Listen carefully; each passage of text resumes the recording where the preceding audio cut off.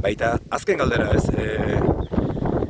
imaginau, zoben alaba nagusia, Izaro, hemendik urte batzuta, Euskal Herriko lehen emakume lehendakaria dugula, eta ze gomendio emango zenioke alabari, lehen sektorean, egin aplikatu behar dituen politiketan, asmatu dezan. Lehenik eta behin, edozein politika egiteko edo erabakiak hartzekotan ezagutu behar duzula benetan eta sustraitik zuk erabaki hori hartu behar duzun errealitatea edo ez. Eta askotan egiten dituzte ez bakarrik lehen sektorerentzako, baina bereziki gure sektorerentzako politika batzuk eta benetan ez gaituzte ezagutzen. Eta etorri behar dira gugana. Lan egiten dugun gana. Eta gure arazoak, gure realitatea, gure zer deko bidean mejoretako, ze behar dugun hori danak galdetzea. Eta askotan politikoei esango nieke ateratzeko, beraiek nahi gabe sartzen dira beste mundu batean edo. Politika da beste gauza bat, beraien artean erlazionatzen dira, hartzen dituzte erabaki batzuk, denei bez ez jaku gustatuko batek erabakitzen dagoena, baina eta hori, bajetako jendea gana. Eta oso garrantzitsua dela hori. Eta bizitza askotan askoz ere simpleagoa da egiten duguna baino. Entzuteko jendeari ez? Bai, eta askotan ez dugula behar hainbesteko kontrolik, paperak, ez daki zer, hau dana justifikatzea, dana zu hona etortzen bazara eta ikusten baduzuz egiten dugun. Ja, justifikatu dago. Bai, askotan bai. Ikusiten da, ez zer egin. Azkenean kontrola dozera guk gure egun gerota hobeto erotea esplotazio bat. Gure esplotazioa gerota hobeto erotea, eta dana da hori papela honako, bestea, ez da. Askotan, ezagutzea importantegoa dela kontrola baino, ez? Baserritan ere ezagutzea, ez? Bai.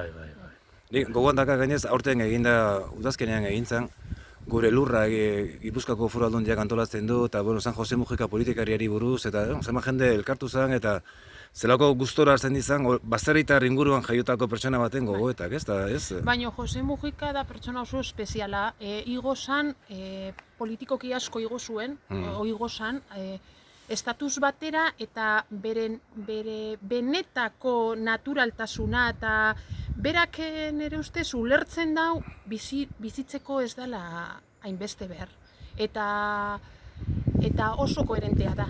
Eta nire ideiekin koherente izatea hasta el final hori ez dozu askotan ikusten eta oso koherentea da.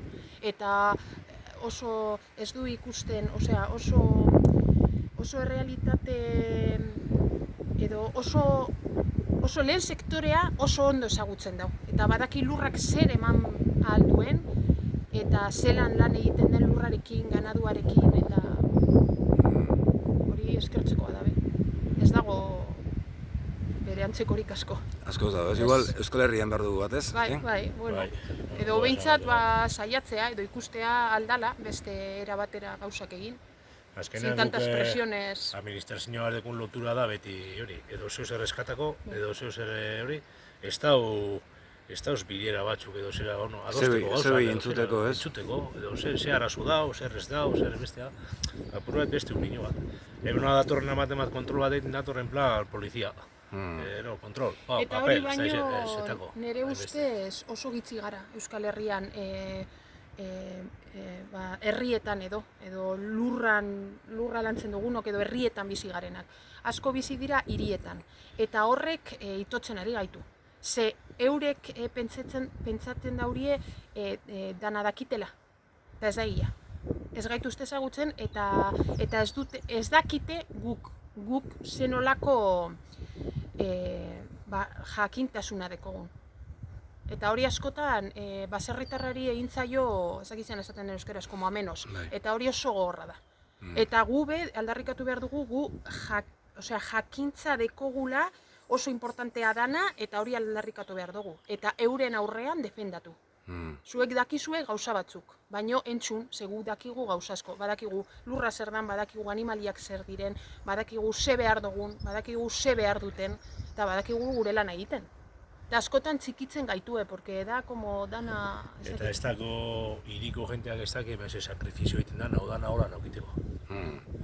eta haurentzako asteburuko paseo bateko lekuet garbi egon diten, guk urte guztien zelango lan egiten dugu. Berto. Eta ze importantea da ekoiztea. Ekoiztea, janbarik ez goa sinora, eta gu ekoizleak gara. Mantentzen dugu paisaia, baina ekoizleak gaira izu, eta oso ondo egiten dugu lan. Eta hori norbaitek, noizbait esaten dutxunean, zelan egiten, horrek guri ematen digu, baina gero eta gitxiagotan entzuten dugu, ematen da gu garela, ez dakit, nere adibidez, amorru asko ematen dit, azkenengo 3-4 urtetan zenbat aldiz entzun dodan, en los medios de comunicación telebistan, EITB-en, teleberrin igual, zenbat kontaminatzen dagoen behi batek.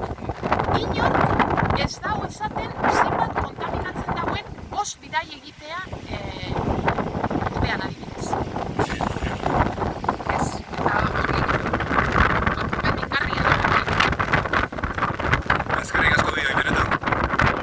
Ui eta jo, eskerrik asko.